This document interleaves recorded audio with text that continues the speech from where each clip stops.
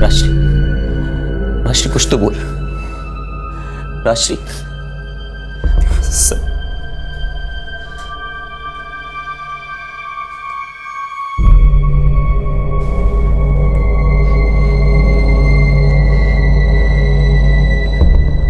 देखिए आप घबराइए मत, बताइए क्या हुआ आपके साथ। जब तक आप बताएंगे नहीं हम आपकी मदद कैसे करेंगे। बताइए ये सब कैसे हुआ।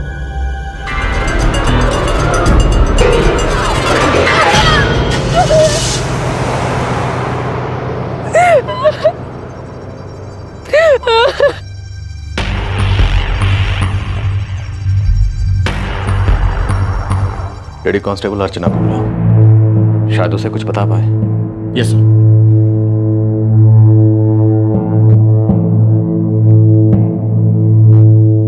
बोलो राजश्री, क्या हुआ? किसने किया ये तुम्हारे साथ?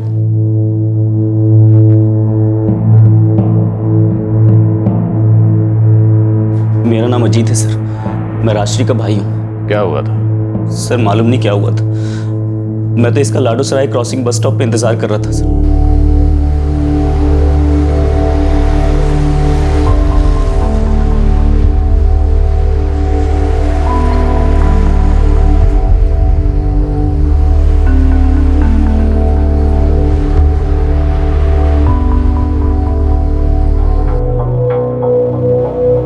हम लोग लाडो सराय में रहते हैं सर। राजश्री निजामुद्दीन दरगाह गई हुई थी, उसे आने में लेट हो गया था तो मैं बस स्टॉप पर उसका इंतजार कर रहा था। मेरी और राजश्री की आखिरी बात तकरीबन 9:45 के आसपास हुई थी सर।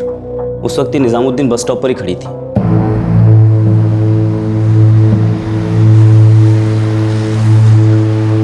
फिर सर जब 10:30 के आसपास इसने मेरे फ़ोन का जवाब देना बंद कर दिया तो मैं परेशान हो गया सर।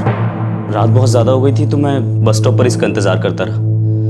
फिर काफ़ी देर बाद ही आई लेकिन बस में नहीं।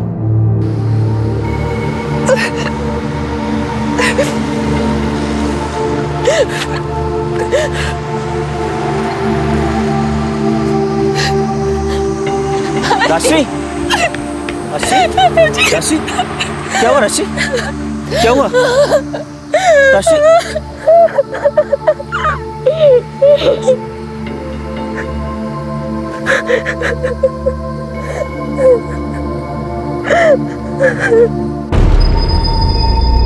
मैं समझ गया उसके साथ कुछ गलत हुआ है सर। मैंने तुरंत 100 नंबर पे फ़ोन किया, फिर वो पीसीआर वैन आई। मैडम क्या हुआ? बताइए क्या हुआ है? सर ये बहुत घबरा गई, कुछ बोल नहीं पा रही है। लाडो सराय क्रॉसिंग बस स्टॉप, PCR 4, एक लड़की है, हालत ठीक नहीं है इसकी, शायद कुछ हुआ है इसके साथ। फिर वो लोग हमको यहाँ लेकर आए, तब से अब तक राजश्री ने एक शब्द भी नहीं बोला है सर।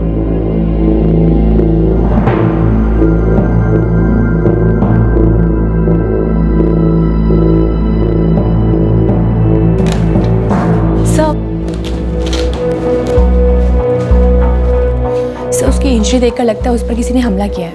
कुछ बताया उसने? एक शब्द भी नहीं। कुछ तो हुआ उसके साथ निजामुद्दीन के रास्ते पर, कहीं बस में कुछ या कुछ और बात। जब तक कुछ बोलती नहीं कुछ भी पता कर पाना मुश्किल है। एनीवेज, मामला बहुत सीरियस है।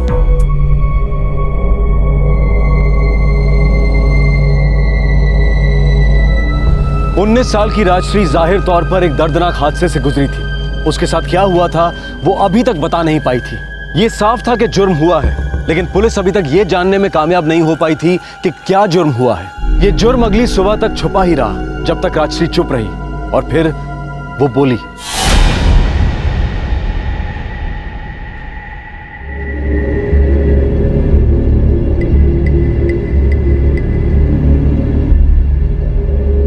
हाँ राजश्री, बोलिए क्या क्या हुआ था आपके साथ? मैं निजामुद्दीन दरगाह गई थी। बहुत भीड़ थी वहाँ।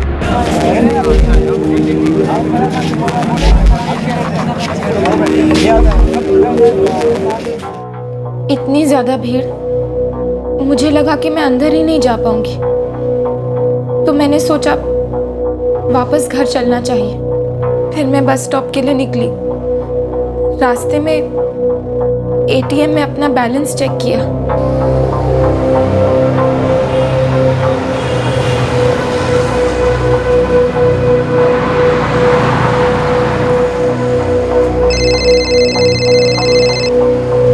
हेलो, हाँ जी, मैं निजामुद्दीन बस स्टॉप पर हूँ। हाँ, सीधे आ रही हूँ। ठीक है।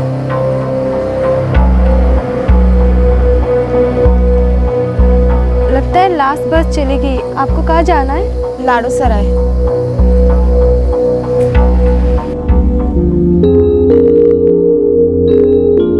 हमने कोई 15 मिनट और वेट किया, फिर भी कोई बस नहीं आई। फिर उन दोनों ने एक गाड़ी को रोका।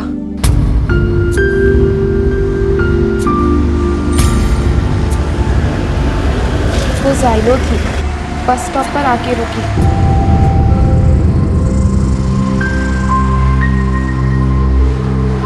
बोल रहे हमें ग्रीन पार्क तक छोड़ेंगे और आगे लाडो सराय तक जाएगी गाड़ी, तुम्हें वहाँ पे ड्रॉप कर देंगे। चलो। मुझे लगा वो लोग लिफ्ट ले रहे हैं तो बैठना सही होगा।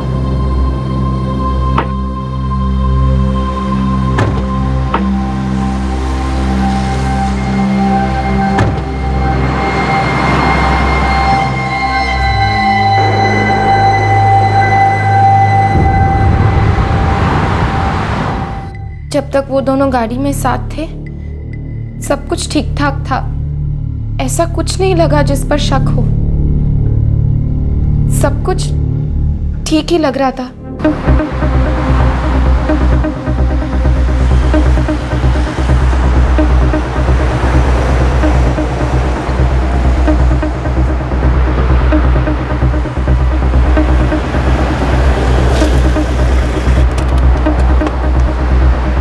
थैंक यू भाई साहब।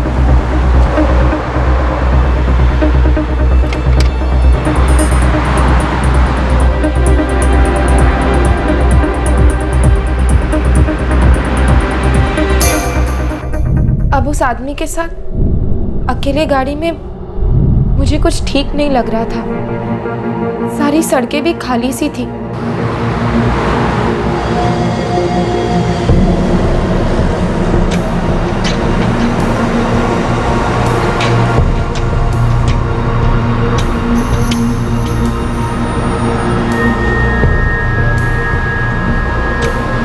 फिर उसने अचानक एक सुनसान इलाके की तरफ गाड़ी मोड़ दी।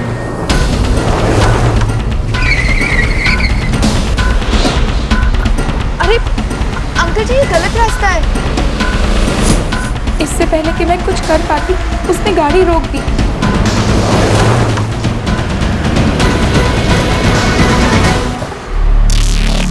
आपने गाड़ी क्यों रोक दी?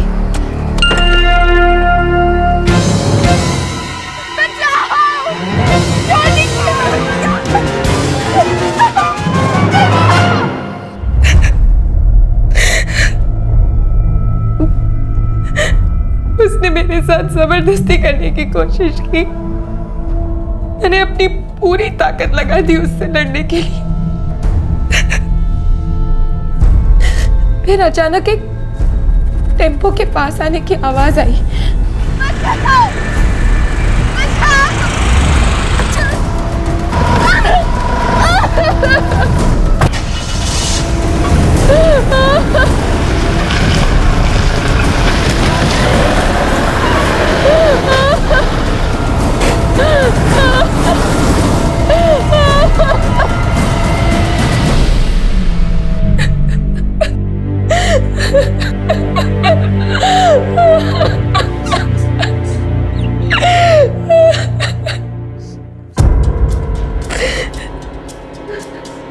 FIR रजिस्टर करो।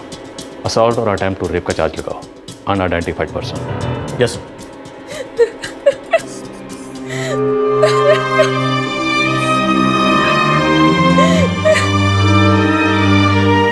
केस रजिस्टर हो गया। हालांकि पुलिस को उस आदमी की पहचान का बिल्कुल भी अंदाजा नहीं था जिसने राजश्री पर हमला किया था। उस आदमी, उस गाड़ी को खोजकर दोषी को सलाखों के पीछे लाना कोई आसान काम नहीं था।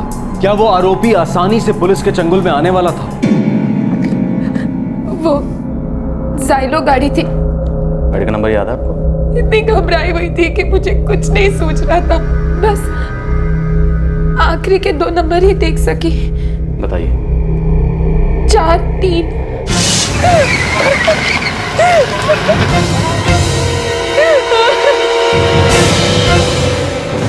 आपने उस आदमी की शक्ल ठीक से देखी? उसका हुलिया बयान कर सकती हैं ताकि हम स्केच बना सकें? कोशिश करती हूँ। स्केच आर्टिस्ट को बुलाओ। जी सर।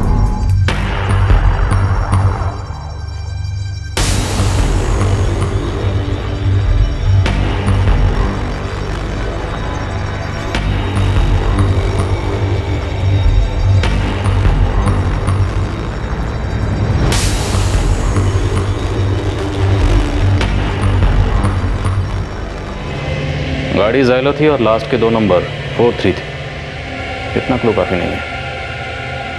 सर, राजश्री का कहना है कि उसका बैग और मोबाइल दोनों गाड़ी में ही छूट गए थे।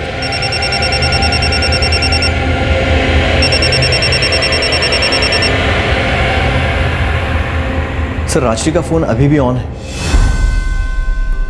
मतलब फोन अभी भी गाड़ी के अंदर ही है? सर, वैसे ऐसा होना बहुत मुश्किल है। फोन को ट्रैक करो, हमें उसकी एग्जैक्ट लोकेशन पता करनी होगी। सर,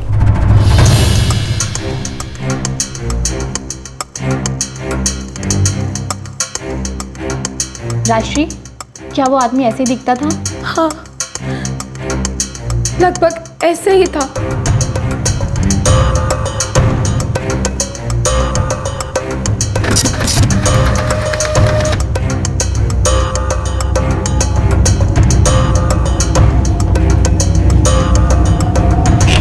सर, राजश्री का फोन अभी भी चालू है और लोकेशन गुड़गांव आ रही है। बहुत तगड़ा सुराग है। मुझे इस फोन की पिन पॉइंट लोकेशन चाहिए। सर, मैंने टेलीकॉम सर्विस प्रोवाइडर को mobile number real time tracking पर डालने को कह दिया है। कितना वक्त लगेगा? सर, मुश्किल से 10 मिनट।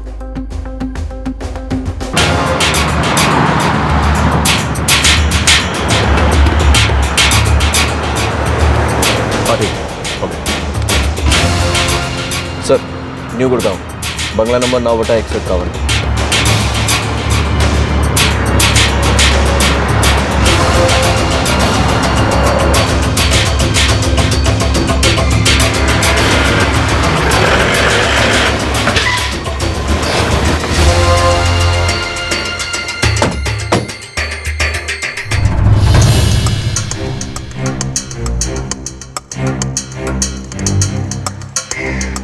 यही गाड़ी है।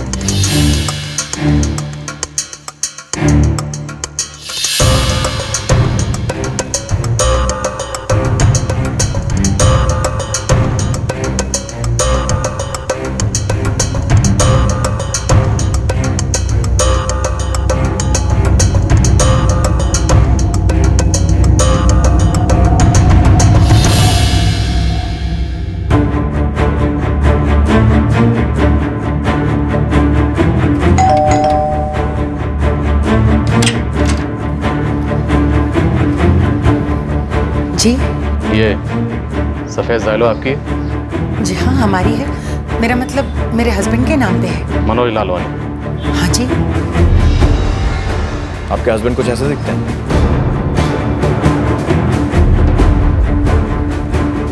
हाँ हाँ, लेकिन बात क्या है? कहाँ आपके हस्बैंड? अंदर सो रहे हैं। आइए उन्हें।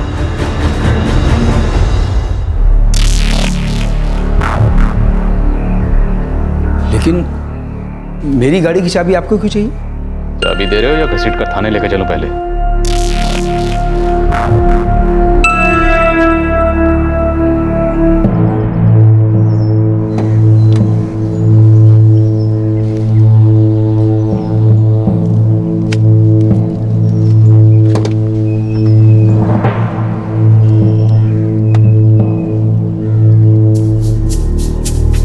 लड़के की चेन कहाँ है? कौन सी लड़की, कौन सी चेन? क्या बात कर रहे हैं आप?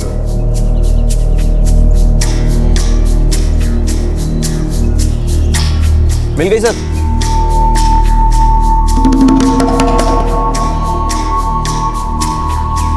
ये रही सर।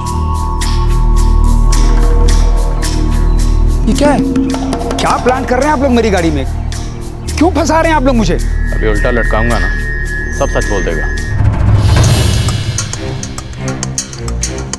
आपको कोई गलतफहमी हुई है, कोई फंसा रहा है मुझे। देखिए, अब बोलो, कौन फंसा रहा है तुम्हें? कौन तुम्हारी गाड़ी में चीजें प्लांट कर रहा है? आप गलत इल्जाम लगा रहे हैं मुझ पर। देखिए, मैं एक इज्जतदार बिजनेसमैन हूं और सच में मेरी समझ में नहीं आ रहा कि आप किस लड़की, किस रेप टर्म की बात कर रहे हैं। और रही बात निजामुद्दीन की, कल रात मैं निजामुद्दीन की तरफ गया ही नहीं, बल्कि मैं पूरी रात गुड़गांव में अपनी फैक्ट्री में था। गुड़गांव में कहाँ है तुम्हारी फैक्ट्री?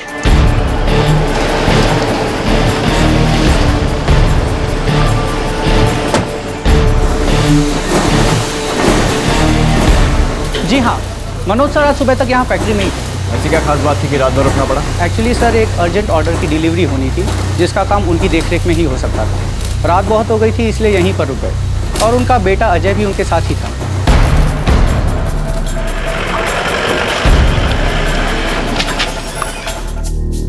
सर, मेरे हस्बैंड बहुत ही रिस्पेक्टेबल आदमी है और वो ऐसा हरगिज नहीं कर सकते। कल रात को तुम भी अपने फादर के साथ फैक्ट्री में थे? हाँ जी सर। सर हम लोग तो अभी सुबह सुबह ही घर लौटे। सर आप ऐसा कर ही नहीं सकते, जरूर कोई बहुत बड़ी मिस्टेक हुई है। आई डोंट नो, मेरी गाड़ी में ये पर्स, मोबाइल, चेन कहाँ से आ गई? मैं तो आज ही सुबह 6 बजे घर लौटा था और गाड़ी पूरी रात मेरी फैक्ट्री के सामने पार्क थी। कोई और भी यूज करता है तुम्हारी गाड़ी? नहीं, ये गाड़ी से मैं ही चलाता हूँ। सर,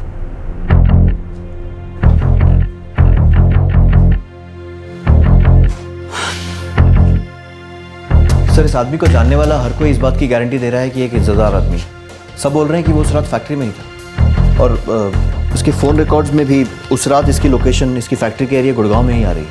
लेकिन वो लड़की जो बोल रही है उसका क्या? सर वो पल्ले नहीं पड़ रहा है। उसका मोबाइल, पर्स, चेन सब गाड़ी में ही मिले। वो इसके नतीजे जानता था, इसलिए तगड़ा बहाना तैयार किया। लुक एट दिस, इतना परफेक्ट स्केच, ऐसा लगता है जैसे ये उसके सामने बैठाकर बनाया गया हो।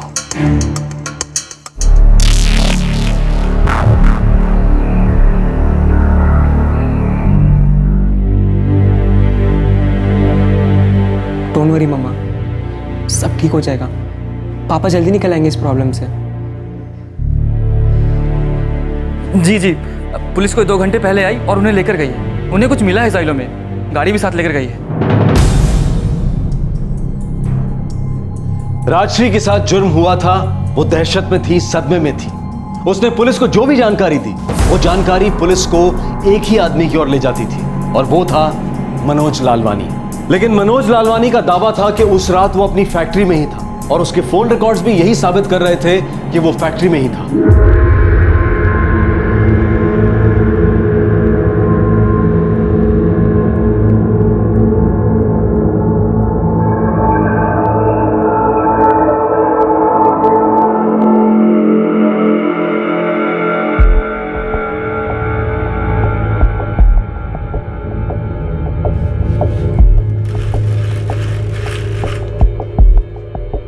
यही आदमी है?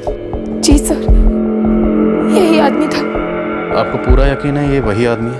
I mean, आपको पहचानने में कोई भूल तो नहीं हो रही? मुझसे भूल कैसे हो सकती है सर? हम करीब 30 मिनट तक एक ही कार में सफर कर रहे थे।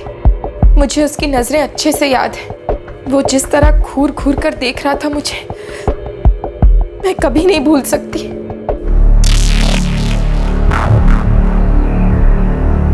सर ये पक्का वही आदमी है, आप मेरी बात का यकीन कीजिए।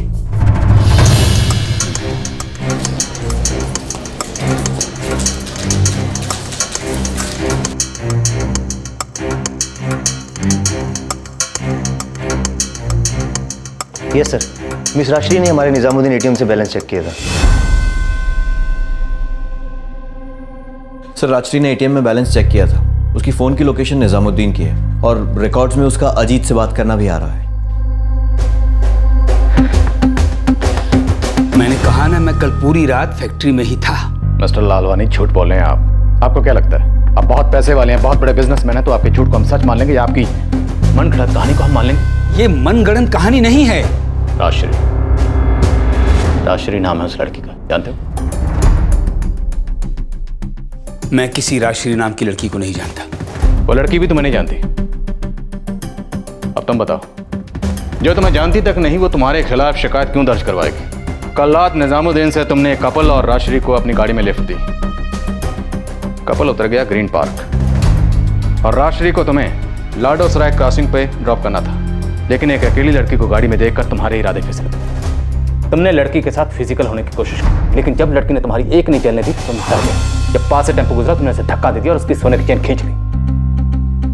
लेकिन तुम ये भूल गए कि उसका पर्स और मोबाइल तुम्हारी गाड़ी में छूट गए। बहुत मुमकिन है कि कल रात सफर करते वक्त तुम्हारे पास तुम्हारा मोबाइल नहीं था।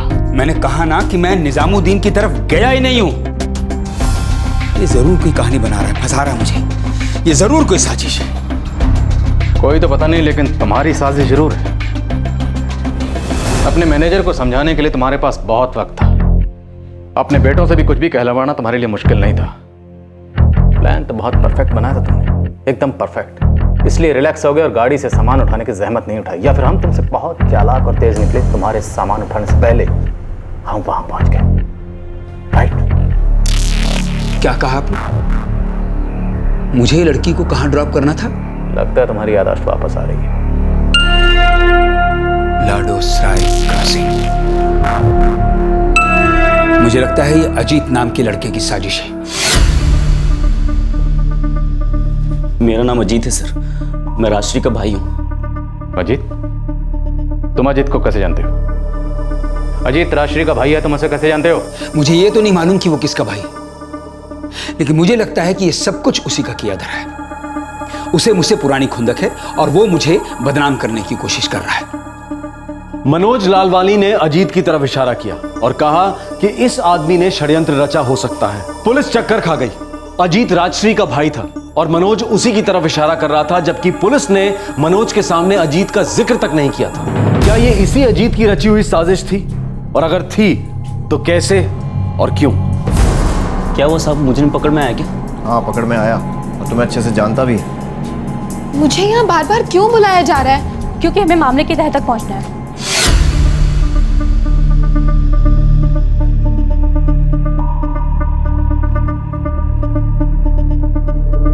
तुम्हारे बदन पे लगी खरोंचें, तुम्हारी बदहाल हालत, सदमे की वजह से तुम्हारा कुछ ना बोल पाना, सब कुछ परफेक्ट था। इतना परफेक्ट कि शक पैदा होने का कोई सवाल ही नहीं उठता। लेकिन मैडम, चीजें कुछ ज्यादा ही परफेक्ट हो गई थी। जिस चलती गाड़ी से आपको धक्का देकर बाहर फेंक दिया गया था, आपको गाड़ी याद थी? Silo.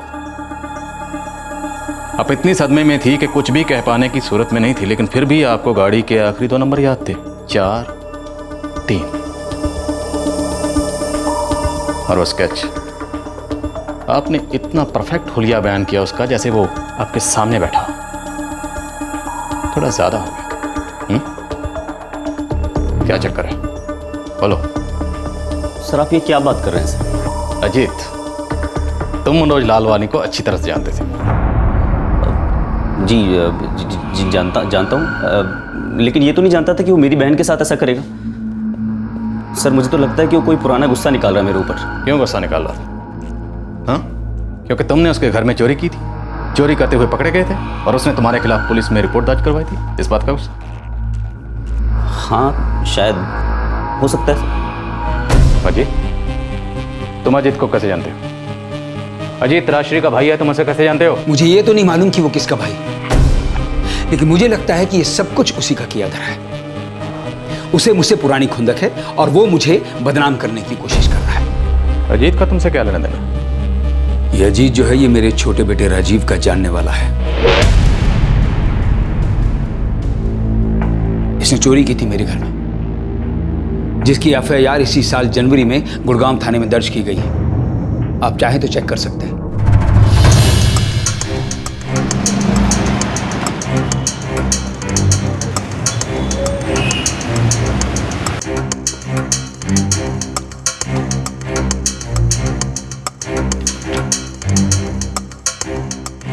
Yes sir, Manoj Lalwani ने अपने घर में चोरी के सिलसिले में एक एफआईआर अजीत के खिलाफ दर्ज कराई हुई है। एफआईआर के फॉलोअप का आगे क्या हुआ? सर, चोरी का सारा सामान बरामद हो गया था, कैश और ज्वेलरी थी। अजीत को गिरफ्तार किया गया, फिर छोड़ दिया गया। अजीत के साथ साथ मनोज लालवानी का बेटा राजीव लालवानी भी इसमें शामिल था। उसे अपने बाप से किसी बात की नाराजगी थी, तो उसी ने अपने दोस्त के साथ इस चोरी की पूरी प्लानिंग की थी। क्यों? अब आगे का सच सीधे सीधे बताओगे या तुम लोगों की थोड़ी खातिरदारी करें?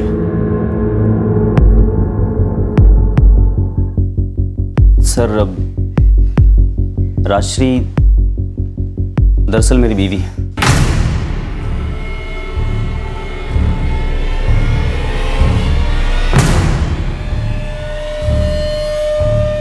सर, हमारी अभी नई नई शादी हुई है, हमारे पास कोई खास काम नहीं है। अजीत तो दिहाड़ी पे काम करते हैं और मैं भी काम ढूंढ रही हूँ। हमें पैसों की बहुत ज़रूरत थी। सर, वो राजीव लालवानी अपने बाप से बदला लेना चाहता था, उसको सबक सिखाना चाहता था। सर ये क्या लफड़ा है सर? पहले पापा पर इल्जाम लगाया जा रहा था और अब भाई पर इल्जाम लगाया जा रहा है। सारी की सारी साजिश आपके भाई राजीव की ही है। इसी ने सबको गुमराह किया और झूठी कंप्लेंट दर्ज कराई।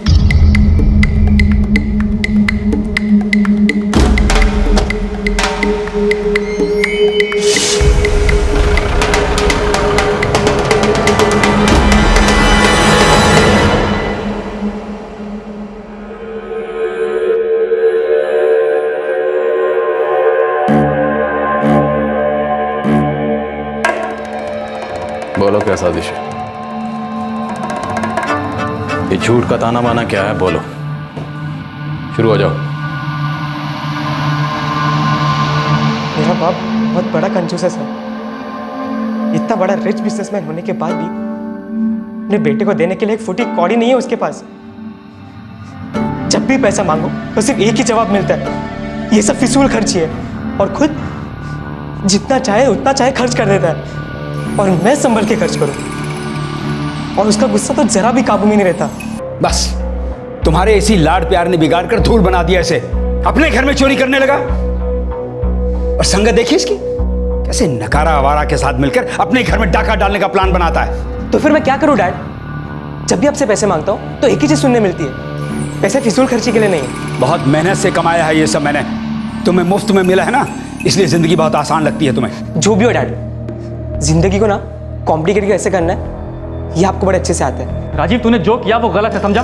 और तूने कैसे अजीत टाइप के आदमी के साथ मिलकर अपने ही घर में चोरी कर ली? हद है भैया। अगर जो मुझे चाहिए वो मुझे मिल जाए तो मुझे ये सब करने की जरूरत नहीं पड़ेगी। तुम जो भी डिमांड करते हो सब मिलता है ना तुम्हें, फिर इतने रुपयों की क्या जरूरत है? यही तो प्रॉब्लम है आपकी डैड को, हर चीज का हिसाब चाहिए। ना ना ना सुन के थक गया था मैं सर।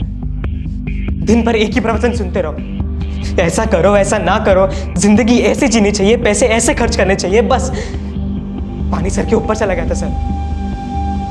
अरे अगर 2-4 लाख तेरा हाथ लग गए तो तेरी लाइफ सेट नहीं हो जाएगी? राजा, लाइफ तो सेट हो जाएगी, लेकिन पकड़े गए तो क्या होगा सोचा है कभी?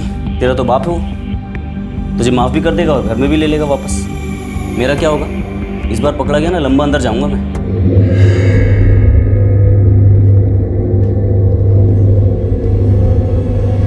देख, इस बार मेरे पास फुल प्रूफ प्लान है, कुछ नहीं होगा।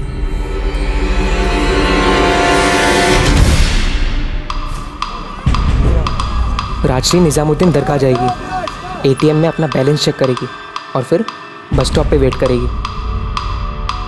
सुन, 9:45 पे तुम राजश्री को कॉल करोगे और वो तुमसे बात करेगी।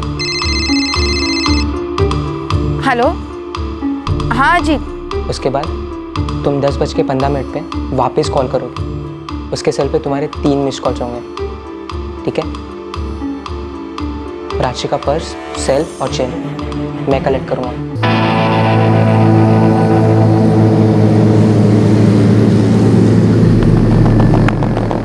राशि के कपड़े फटे होंगे और इसकी बॉडी पे भी चोट खरोच के निशान होंगे। अजीत, अब तुम लाडो सराय क्रॉसिंग बस स्टॉप पहुँचोगे। वहाँ तुम्हें अपने बहन के इंतज़ार में परेशान दिखना होगा। फिर राजश्री वहाँ फटेहाल हालत में पहुँचेगी और फिर तुम पुलिस को कॉल करोगे। उसके आगे क्या करना है वो तो तुम अच्छे से जानते हो।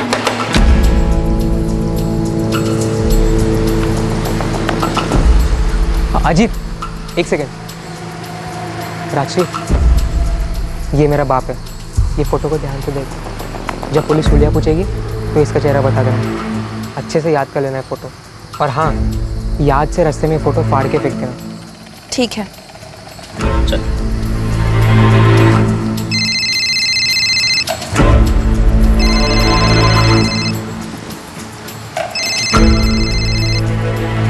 हाँ राजीव बोल। अजीत, राजश्री लेट सुबह तक पुलिस को कुछ नहीं बताएगी। उसे ऐसे एक्टिंग करनी है जैसे सदमे में चली गई हो। क्यों? मेरा बाप आज रात घर नहीं लौटेगा, पूरी रात फैक्ट्री में रहेगा, सुबह आएगा। तो मुझे गाड़ी में सामान रखने के लिए टाइम चाहिए। अच्छा ठीक है। और हाँ, याद रखना राजश्री तेरी बहन है। हाँ मालूम है, शादी किए हुए 4 दिन हुआ नहीं और तूने इसको मेरी बहन बना दिया। चल चल ठीक है, तू निकल अब।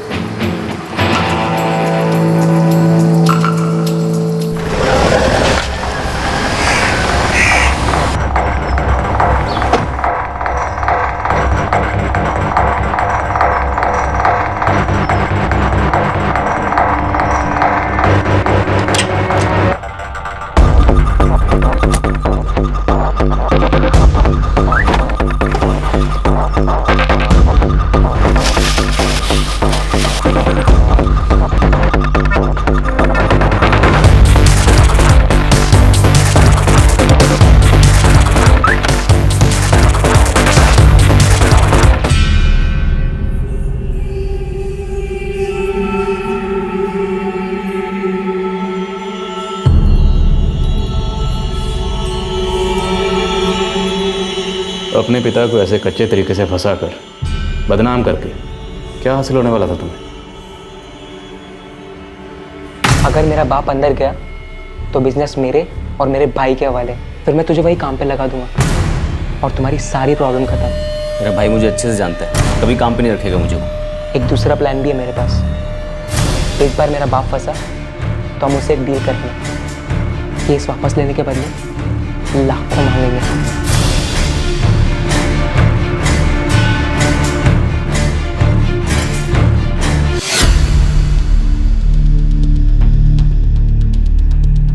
तुम तीनों को सच में लगा था कि तुम्हारा ये शैतानी षड्यंत्र कामयाब हो जाएगा, किसी को कुछ पता नहीं चलेगा?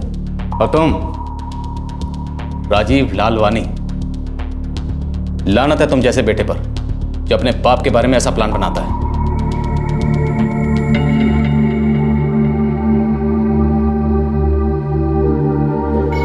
मेरा बेटा, मेरा अपना बेटा ऐसी घटिया हरकत कर सकता है मेरे खिलाफ?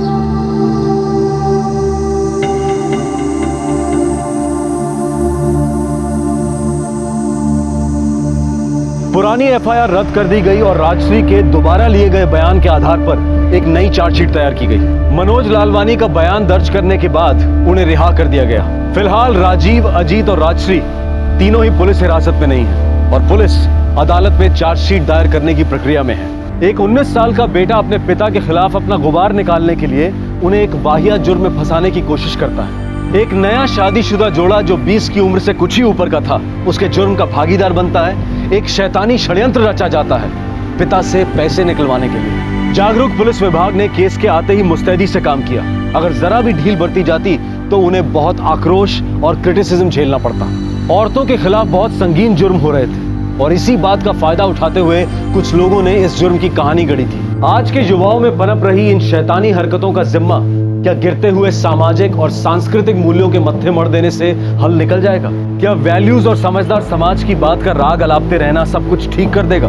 बच्चों की तो छोड़िए, बहुत सारे पढ़े लिखे समझदार लोग भी जब किसी मॉल में डिस्काउंट सेल लगती है तो लाइन लगाने पहुंच जाते हैं। इन बेचने वाले बड़े बड़े बिजनेस हाउसेस की मानसिकता को तो हम नहीं बदल सकते हैं, जो चाहते हैं कि हम ज्यादा और ज्यादा खर्च करें, जो हमारे अंदर हर चीज को पाने की चाह पैदा करने का कोई मौका नहीं चूकते हैं, जो हमें ज्यादा कमाने और उससे भी ज्यादा उड़ाने का हौसला देते हैं, जो हमारे सपने बदल देना चाहते हैं। वो जो बेचते हैं उसे हमारे सपनों की लिस्ट में डाल देना चाहते हैं। चाहना और चाहना, सब कुछ चाहना, हर वक्त हमेशा चाहना, पैसे कमाने और खर्च करने की भूख जगाए रखना। हर कदम पर इन सब बातों पर अंकुश रखना शायद बहुत जरूरी होता है। क्या मैं इस चीज को सच में चाहता हूं? ये सवाल करना बहुत जरूरी होता है। चाहे ये बातें कितनी ही संत महात्माओं जैसी क्यों ना लगे, लेकिन खुद से कुछ सवाल जरूरी होते ही हैं, हमेशा। हमारे आज के एपिसोड की दूसरी कहानी।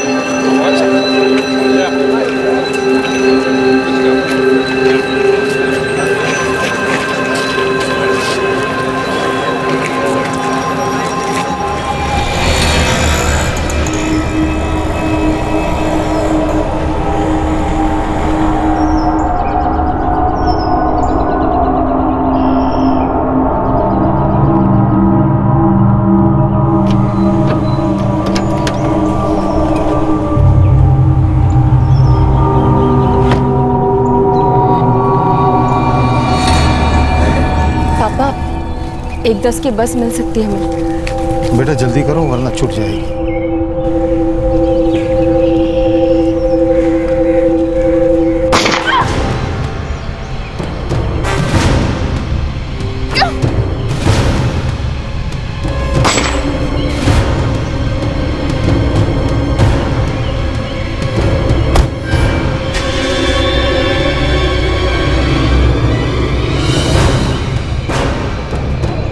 भाई वो गोली चलाई एक आदमी ने, वो ब्लैक सेंटर के पास।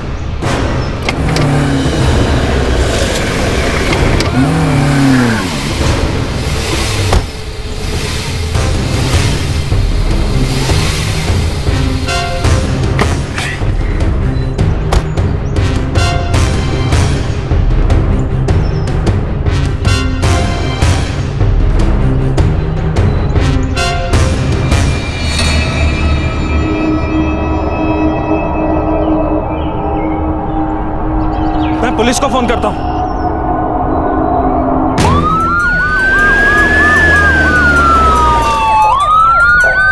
हटो हटो हटो, आप लोग हटिए।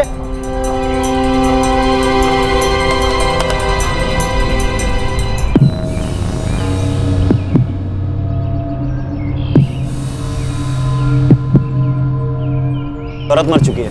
और आदमी बेहोश है सर, सांसें चल रही हैं। सर मैंने फोन किया था। कौन है लोग और गोली किसने चलाई? सर मालूम नहीं, मैं काम पे जा रहा था तो गोली चलने की आवाज आई। देखा तो इन लोगों पर उस तरफ से एक आदमी इन दोनों पर गोली चला रहा था। दिन दहाड़े भोपाल के एक कोर्ट के पास गोलीबारी हुई। शिकार हुई लगभग 30-32 साल की एक औरत और उसके साथ चलता एक बुजुर्ग आदमी। कौन थे ये लोग और कौन थी वो औरत जो अब दम तोड़ चुकी थी? वो बुजुर्ग कौन था जो उसके साथ था और किसने की थी उन पर गोलियों की बौछार?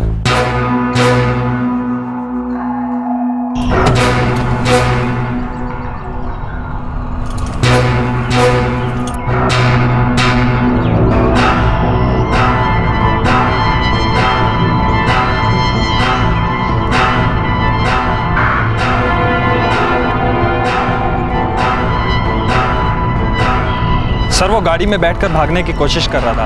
हम लोगों को जमा होता देखकर घबरा गया और गाड़ी छोड़कर उस तरफ से भाग गया।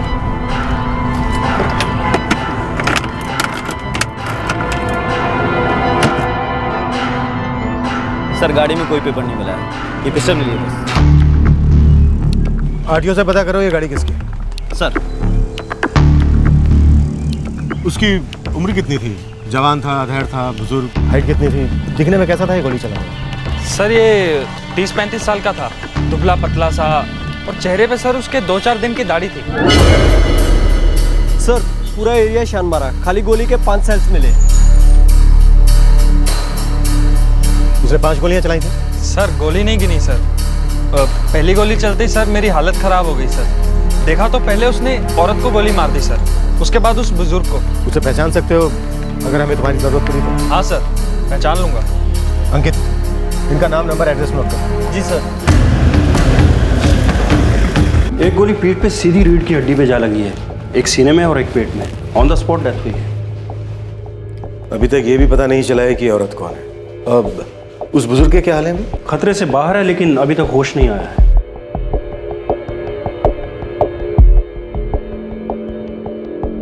इनके बाएं हाथ और दाएं पैर से 2 गोलियां मिली हैं। सीवियर फ्रैक्चर्स हैं। ये अभी तक सदमे में है, इसलिए कुछ बोलने की स्थिति में नहीं है। पहले ये पता लगाना होगा कि ये दोनों हैं कौन। इनके कपड़े और सामान हमने संभाल के रखे हैं। इनकी जेब से एक पर्स भी मिला है।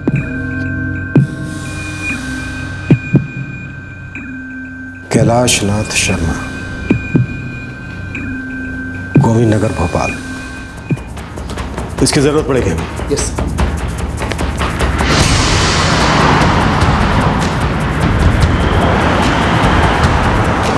सर, कार का रजिस्ट्रेशन नंबर आरटीओ को दिया हुआ है। थोड़ी देर में पता चल जाए गाड़ी किसके नाम है। बुजुर्ग का नाम कैलाश नाथ शर्मा है। औरत कौन थी अभी तक नहीं पता।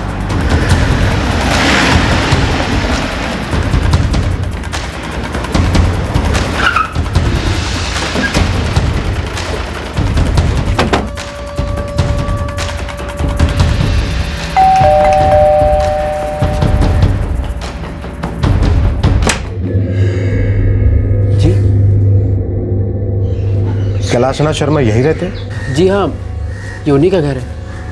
मेरे पापा हैं वो।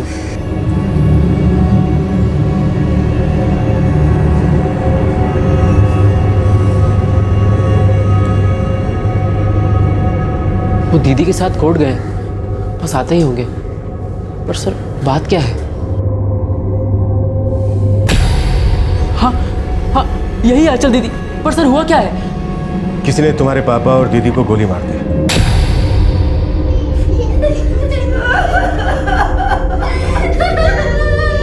अभी कहाँ है वो लोग? अस्पताल में। कैलाशनाथ जी खतरे से बाहर हैं, लेकिन बेहोश हैं। और आंचल की मौत हो चुकी है।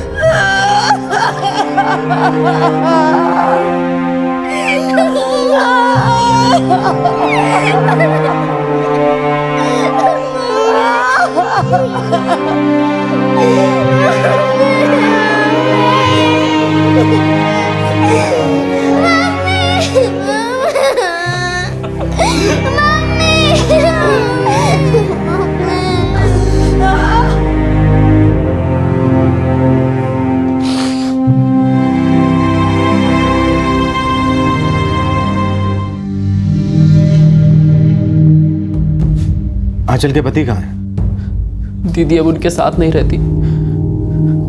वो दोनों 8 महीने पहले ही अलग हो चुके थे। तुम्हारे पिताजी और दीदी कोर्ट क्यों गए थे? आज कोर्ट में उनकी सुनवाई थी। आंचल दीदी के पति रोशन ने केस दर्ज किया था फैमिली कोर्ट में। पति का phone number? The number you have called is currently switched off.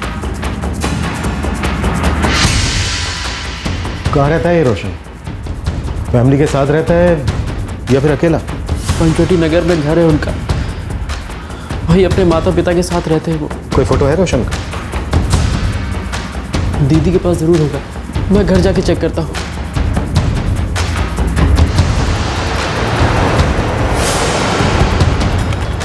Sir, 1-2 घंटे के अंदर रोशन की फोन की लोकेशन का पता चल जाएगा। दोनों अलग हो चुके थे। पति ने पत्नी के खिलाफ कोर्ट में केस दर्ज किया और दोनों के बीच कोर्ट में ही कुछ ना कुछ हुआ। हाँ, अगर गोली उसने मारी है तो।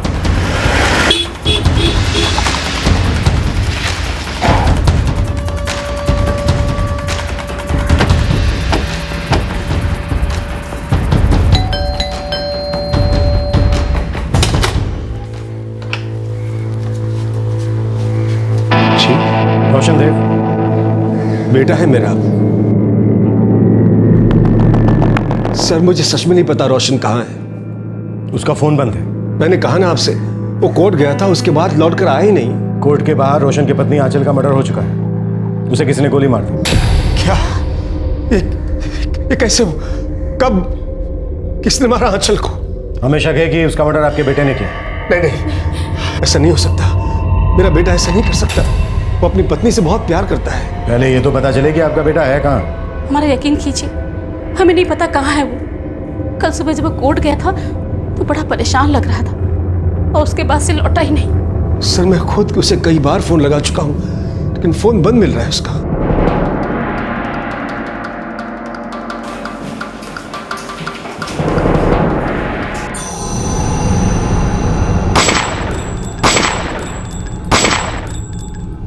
हाँ सर, ये वही आदमी है। सर, आई विटनेस योगराज का कहना है कि गोली चलाने वाला रोशन ही था और SID से पता चला है कि वो गाड़ी रोशन की ही थी। उसकी फोन की लोकेशन का कुछ पता चला?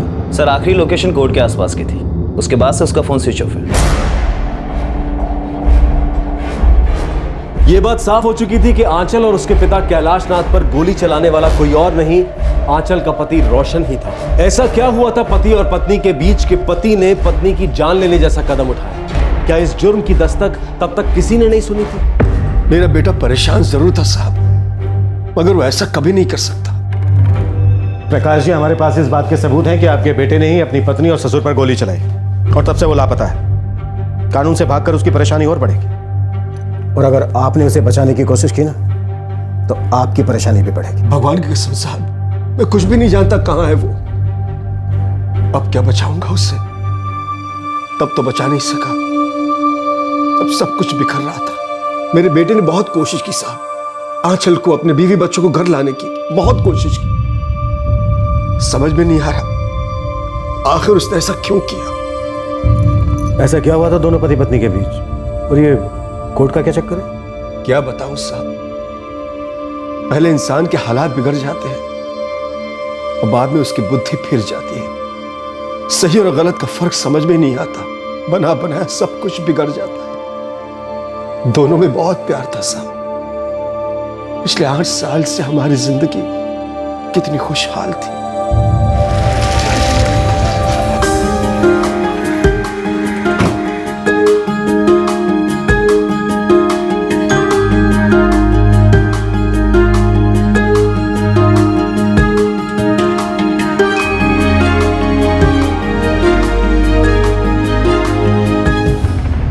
सब कुछ अच्छा चल रहा था। मैं रिटायर्ड कॉन्ट्रैक्टर हूं, मेरे बेटे का कपड़ों का व्यापार था। पिछले 8 सालों से धंधे में अच्छी बरकत रही, मगर पिछले सालों से धंधे में बहुत बड़ा नुकसान हुआ। बस तब से सब कुछ बदल गया।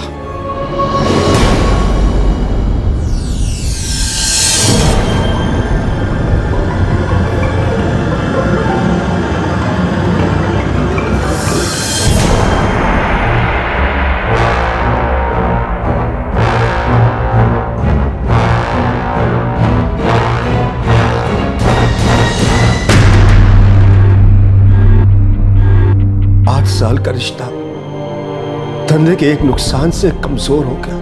नुकसान बढ़ा तो परिवार ही बिखर गया। रोशन जो एक अच्छा पति, अच्छा बाप था, उसके सर पे बस एक ही भूत सवार हो गया कि कारोबार को बस पहले की तरह ही चला रहा है। और जिस आदमी को आंचल 8 साल से प्यार करती थी, अब उसी को देखकर वो निराशा में डूबने लगी।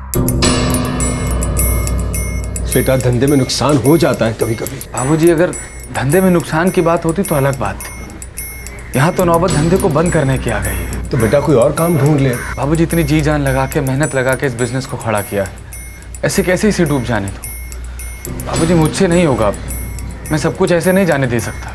रोशन, बचा क्या है जो जाने नहीं दोगे? सब कुछ खत्म हो चुका है, बस तुम्हें दिखाई नहीं देता।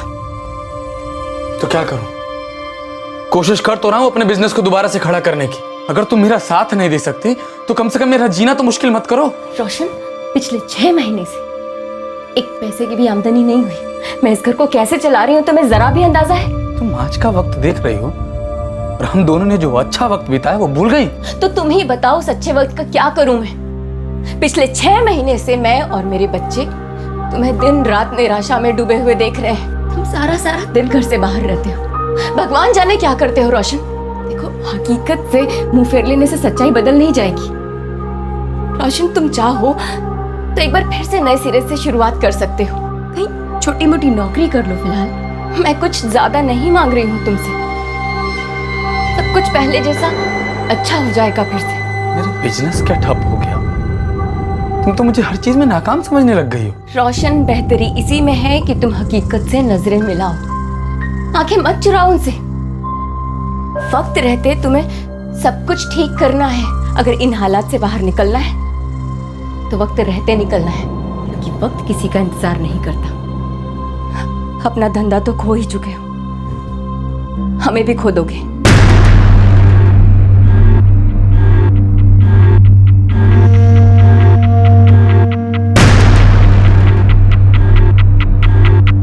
रोशन तो बस अपने धंधे को पटरी पर लाने की धुन में पागल था। उसे नजर ही नहीं आ रहा था कि उन दोनों का रिश्ता टूटने की कगार पर है। आंचल ये बर्दाश्त न कर सकी और एक दिन बच्चों के साथ घर छोड़कर चली गई। बेटा ऐसा मत कर, ये ठीक नहीं है। ऐसे तो हालत और बिगड़ जाएंगे। बहुत हो चुका, मैंने चुपचाप रहकर बहुत सह लिया और अब मुझे रोशन के साथ रहने में कोई मतलब नजर नहीं आता। और जो कुछ भी चल रहा है उसका बच्चों पर और मुझ पर बहुत बुरा असर पड़ रहा है। हम मिल बैठ के बात करते हैं, रोशन को मैं समझाता हूँ। पापा पिछले 6 महीनों से यही सब तो हो रहा है। क्या रोशन पर एक पैसे का भी फर्क पड़ा? बेटा एक बार और कोशिश करते हैं। पापा आपको कोशिश करनी है तो आप कर लीजिए, लेकिन मैंने अपने और अपने बच्चों के लिए फैसला कर लिया है।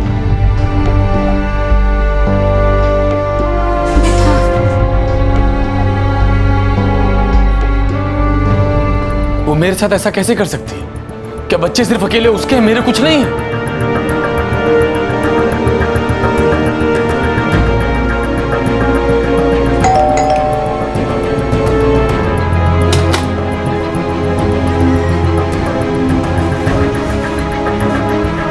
आंचल कहाँ है सोनू? बच्चों को लेके बाहर गई है। कहाँ गई हो? मैं कब से फोन कर रहा हूँ, उठा नहीं रही है। मना किया है आपको कुछ भी बताने के लिए। मना किया? मेरी पत्नी है वो, और वो बच्चे मेरे भी हैं। सॉरी जीजा जी, पर दीदी अब आपसे मिलना नहीं चाहती।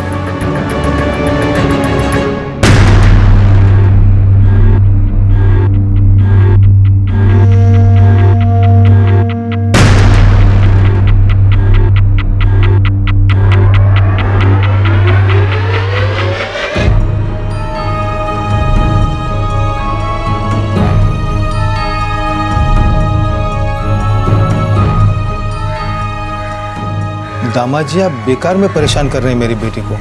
अब पीछा छोड़िए उसका। बाबूजी सब कुछ तो खो ही चुका हूँ मैं। बस एक परिवार बचा है मेरे पास और आप कह रहे हैं उसे भी छोड़ दूं? रोशन जी कोई सब कुछ यूं ही नहीं खोता, और आपने बचाने की कोशिश भी कहाँ की। घर को डूबता देख आप तो मुंह फेर करके बैठ गए। क्या करती मेरी बच्ची। देखिए उसने तय कर लिया जो करना था, वो आपके घर नहीं आना चाहती। एक बार आप मुझे उससे मिलने का मौका दीजिए, मैं उससे बात करना चाहता हूँ, उसको समझाना चाहता हूँ। वो ऐसे कैसे मुझे छोड़ के जा सकते? आप मुझे मिलने दीजिए। हम दोनों ने बहुत अच्छी जिंदगी गुजारी है साथ में। आप ही ने उजाड़ दी रोशन जी।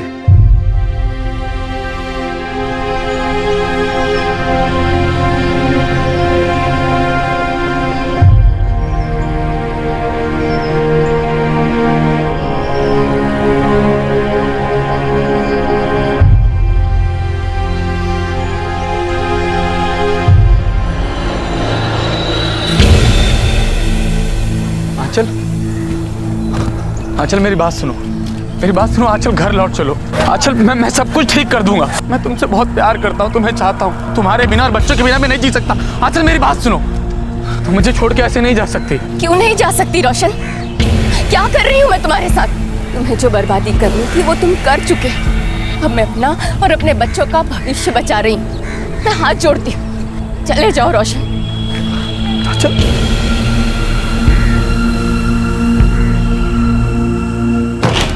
सर, जिस रिवॉल्वर का इस्तेमाल रोशन ने किया है वो प्रकाश देव के नाम से रजिस्टर्ड है। प्रकाश जी, मुझे ऐसा क्यों लग रहा है कि आपको इस बात का अंदेशा था कि आज आपका बेटा रोशन अपनी पत्नी का खून करने वाला है? आपकी पिस्तौल उसके पास थी। कोर्ट जाते वक्त वो उसे अपने साथ लेकर गया। पिस्तौल उसने कार में रखी इस इरादे से कि जब उसकी पत्नी आंचल कोर्ट से बाहर निकलेगी वो उस पर गोली चला देगी।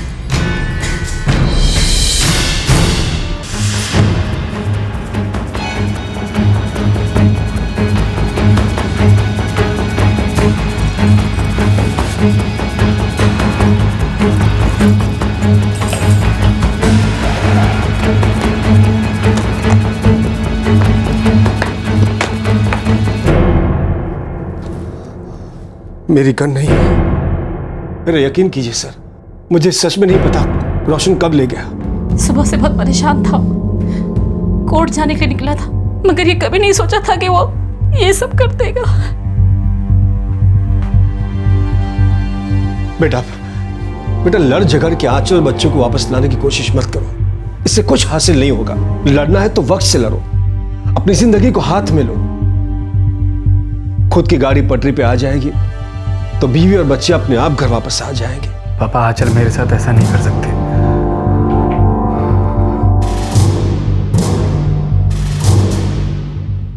अब भी यकीन नहीं हो रहा कि मेरे बेटे ने अपनी पत्नी को मार डाला, अपने बच्चों की मां की जान ले ली।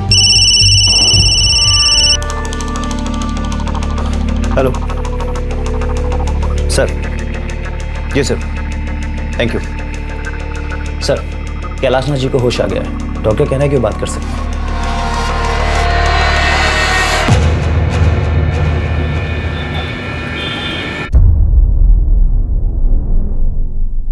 सुबह हम दोनों कोर्ट गए थे।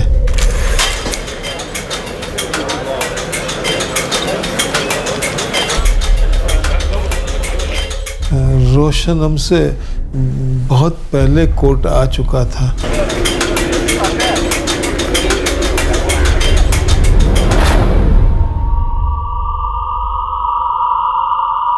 ऐसा कुछ होगा सोचा भी नहीं था।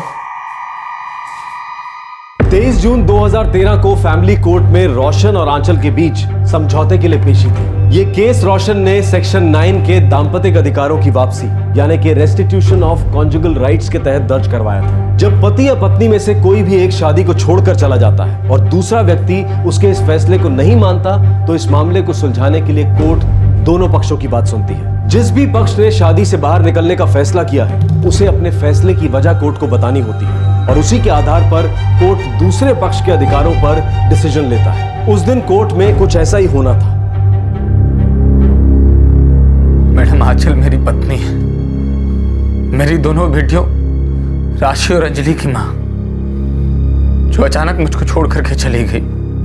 मैडम हमारी शादी को 8 साल हो गए। इन 8 सालों में हम दोनों ने एक दूसरे के साथ में बहुत अच्छा वक्त देखा। मैडम मैंने कभी भी अपनी पत्नी या अपने बच्चों पर कभी हाथ नहीं उठाया, कभी किसी तरह की कोई सख्ती नहीं की।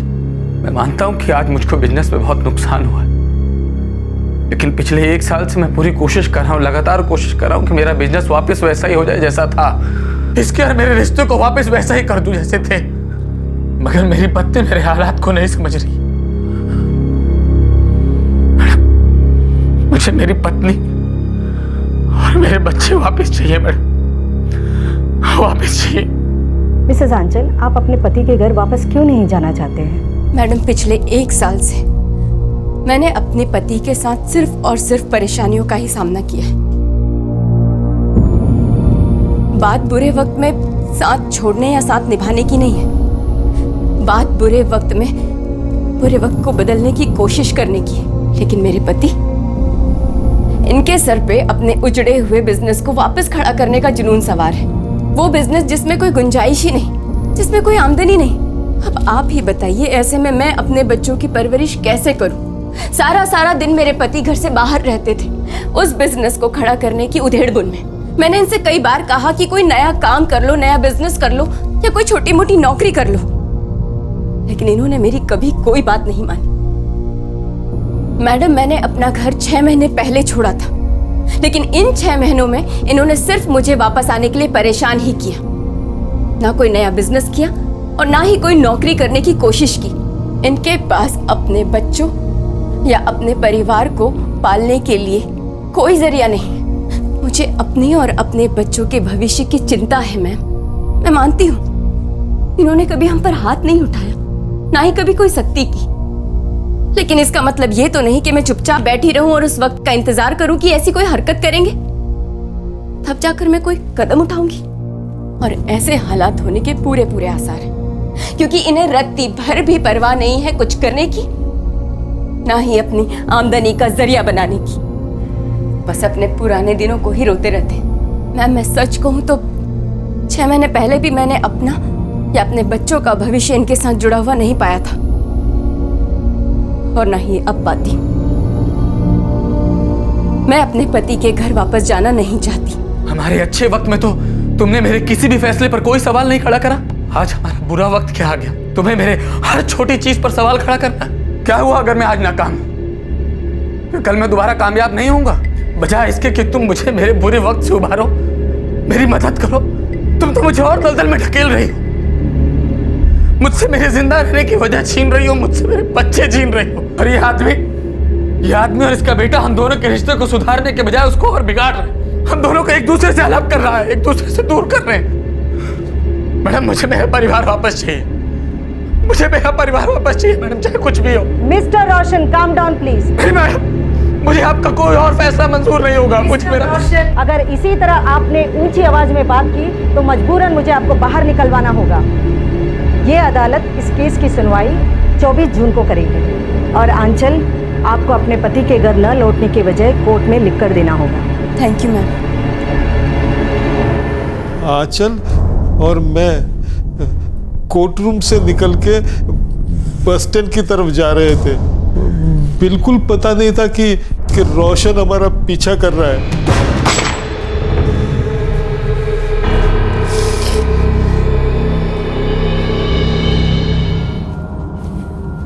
सर, उसका फोन अभी भी बंद आ रहा है। सिंह, उसके घर के बाहर निगरानी बढ़ा दो। उसके पिता के फोन को ट्रैकिंग पे डाल दो, हो सकता है वो दूसरा फोन इस्तेमाल कर रहा हो। और अपने सारे खबरियों को उसको फोटो दे दो। वो अपनी पत्नी का खून करके भागा है, जिसे वो अपने घर वापस लाना चाहता है। हम भी देखते हैं वो अब कब तक भागेगा।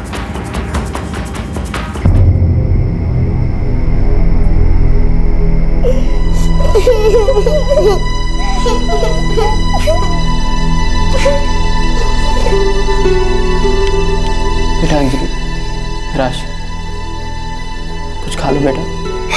मामा, हमें मम्मी के पास जाना है। मम्मी।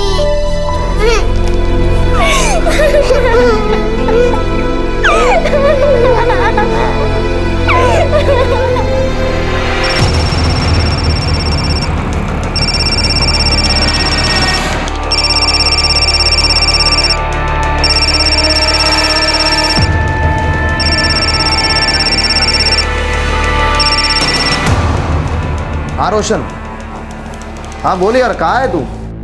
कौन बोल रहा है? आप कौन बोल रहे हैं? मैं कांस्टेबल खुराना बोल रहा हूँ, चौक थाने से। हाँ जी साहब, क्या बात है?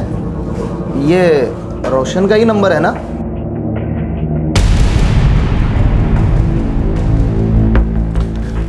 हमें तुम्हारा नंबर इस सेल फोन से मिला है। इसमें और कोई भी नंबर सेव नहीं है, लेकिन आखिरी फ़ोन तुमको किया गया था 21 जून को। जी हाँ, ये मेरे दोस्त रोशन देव का फ़ोन है। क्यों, क्या बात है?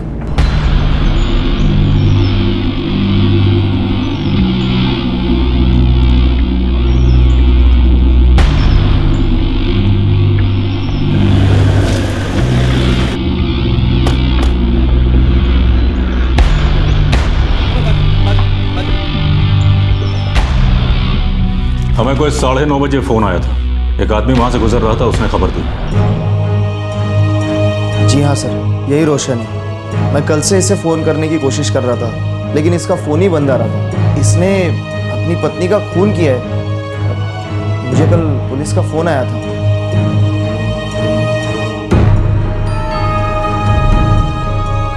उसने 21 जून को मुझसे फ़ोन पर बात की थी। बेहद परेशान था वो, और उसकी पत्नी बच्चों को साथ लेकर उसे छोड़कर चली गई। दोस्त था मेरा, बहुत समझाया कुछ और काम कर ले, बस इस सिचुएशन को हैंडल कर, बाद में डूबे हुए बिजनेस को आगे बढ़ाना। पर वो सुने तब ना। और फिर जब उसकी बीवी बच्चों को साथ लेकर उसे छोड़कर चली गई, उसके बाद तो बिल्कुल हार गया। बहुत चाहता था अपनी बीवी, बच्चों से भी बहुत प्यार करता था।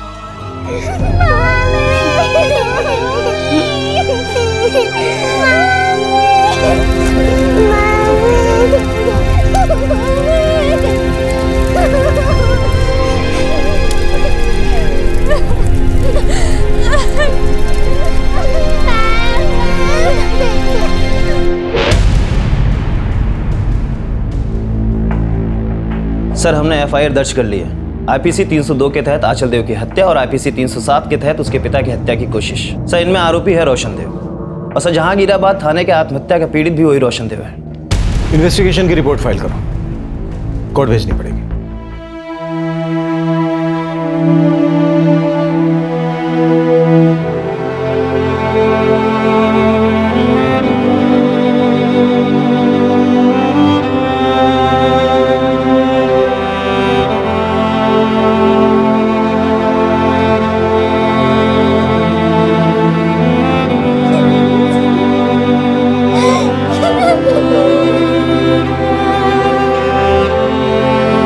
रोशन ने अपनी पत्नी आंचल का खून करके अपनी भी जान ले ली। वो पत्नी और बच्चों से अलग होने का सदमा बर्दाश्त नहीं कर सका। आंचल तब तक रोशन के पास नहीं जाना चाहती थी जब तक वो बर्बाद हो चुके व्यापार को फिर से खड़ा करने के जुनून से बाहर नहीं आ जाता और कहीं नौकरी नहीं कर लेता। और रोशन ना वो निराशा से बाहर आने के लिए राजी था और ना ही ये मानने को कि कारोबार फिर से खड़ा नहीं हो सकता। आखिरकार जो अपना सब कुछ खो चुके थे वो थे उन दोनों के 2 मासूम बच्चे। वो अपने माँ बाप दोनों खो चुके थे। कौन तय करे कि कौन सही और कौन गलत, बल्कि ये तय करना भी गलत होगा। ये तो एक ऐसी लड़ाई थी जिसमें सभी को बस हार ही मिली। कई बार हालात हमें हार मान लेने पर मजबूर कर देते हैं। ऐसे में अगर लड़कर उबरने की कोशिश की जाए तो हर मुश्किल पार हो सकती है। और हालात का सामना करने की ताकत खुद में ना हो तो मदद के लिए हाथ बढ़ाने में ही समझदारी है। क्या रोशन और आंचल की परेशानियों का किसी और तरह से समाधान नहीं हो सकता था? अगर वो किसी काउंसलर की मदद लेते तो, किसी और से अपनी समस्याओं के बारे में बात करते तो, काश उन्हें कोई समझा पाता कि उनके बच्चों को उन दोनों की कितनी जरूरत है। दूर से देखने पर औरों की परेशानियां शायद आसान लगती हैं, लेकिन मुश्किलों का पहाड़ किसी पर ऐसे टूट पड़े तो ये कहना बहुत मुश्किल है कि जिंदगी क्या रुक लेगी और कौन सी समस्या किसके लिए मुश्किल बन जाएगी। ऐसे में समझदारी से, शांति से हालात का सामना करना बहुत जरूरी है। एक रिश्ते का कितना दुखद अंत, वो भी तब जब दोनों एक दूसरे से प्यार करते थे। आंचल चाहती थी कि रोशन खुद को बदले, कोई नया काम करे, और रोशन की जिद थी कि आंचल घर वापस लौट आए। दोनों के बीच का सहमति का पुल टूट चुका था। आपसे फिर मुलाकात होगी क्राइम पेट्रोल दस्तक में एक और नए केस के साथ। इस तरह के और भी एपिसोड देखने के लिए हमारे चैनल को सब्सक्राइब करें और बेल आइकन दबाना ना भूलें।